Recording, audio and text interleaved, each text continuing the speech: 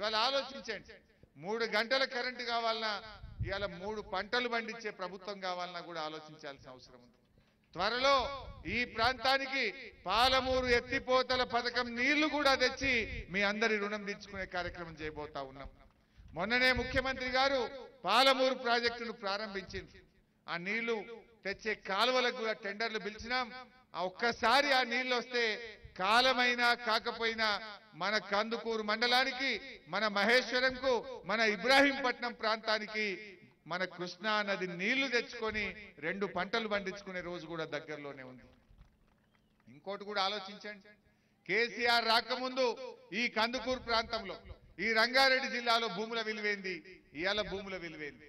ఇయాల ఎన్ని పరిశ్రమలు వస్తున్నాయి మన తుక్కుగూడ ప్రాంతంలో పెద్ద ఎత్తున ఇయాల పరిశ్రమలు వస్తా ఉన్నాయి ఈ ప్రాంత ప్రజలకు దాదాపు ఒక 50,000 మంది పిల్లలకు ఉద్యోగాలు కల్పించే విధంగా పెద్ద ఎత్తున ఇండస్ట్రియల్ పార్కులు కూడా డెవలప్ చేస్తా ఉన్నాం అంటే ఒకవైపు వ్యవసాయం అభివృద్ధి జరుగుతా ఉంది ఇంకొక వైపు ఇండస్ట్రీ అభివృద్ధి జరుగుతా ఉంది ఇంకొక వైపు సంక్షేమ రంగాన్ని కూడా అభివృద్ధి చేసుకుంటా ఉన్నాం ఈ మాయ మాటలు చెప్పే కాంగ్రెస్ మాటలు నమ్మితే మళ్ళీ మన రాష్ట్రానికి చీకటిమయమయ్యేటువంటి అవకాశం ఉంది అందుకే మీరందరూ ఇవాళ రాష్ట్రంలో ప్రజలు ఎవరిని అడిగినా ఒక విషయంలో క్లారిటీ ఉన్నారు మీరు ఎన్ని తీర్మానాలు చేసినా ఎన్ని రిజల్యూషన్లు చేసినా ఇవాళ ప్రజలు మాత్రం ఒక క్లారిటీ ఉంది మాకు 3వసారి కేసీఆర్ ముఖ్యమంత్రి కావాలి బీఆర్ఎస్ ప్రభుత్వం రావాలనే విషయంలో ఇవాళ ప్రజలందరిలో కూడా ఒక స్పష్టత ఉంది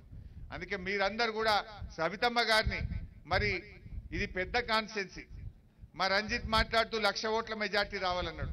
మాకు సిద్దిపేటలో ఉండే ఓట్లు 2,15,000 ఇక్కడ 5 లక్షల ఓట్లు ఉన్నాయి మరి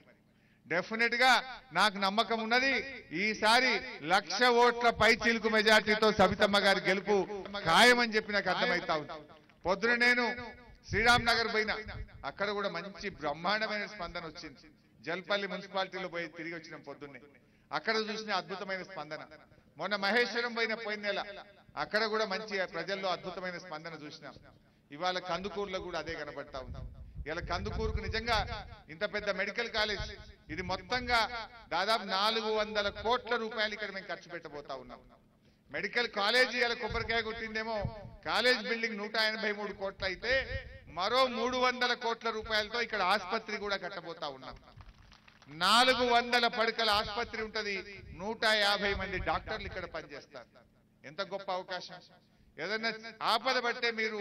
కారు తీసుకొని ఆటో తీసుకొని ఉస్మానియాకు పోవాలంటే సగం మంది మధ్యలోనే ప్రాణాలు పోతా ఉన్నాయి అటువంటి ఆసుపత్రి అంత పెద్ద ఆసుపత్రి ఈ ప్రాంతంలో ఇవాళ మీకు శంకుస్థాపన చేసి పనులు ప్రారంభించుకుంటున్న సందర్భంగా మీ అందరికీ పేరు పేరున శుభాకాంక్షలు జై తెలంగాణ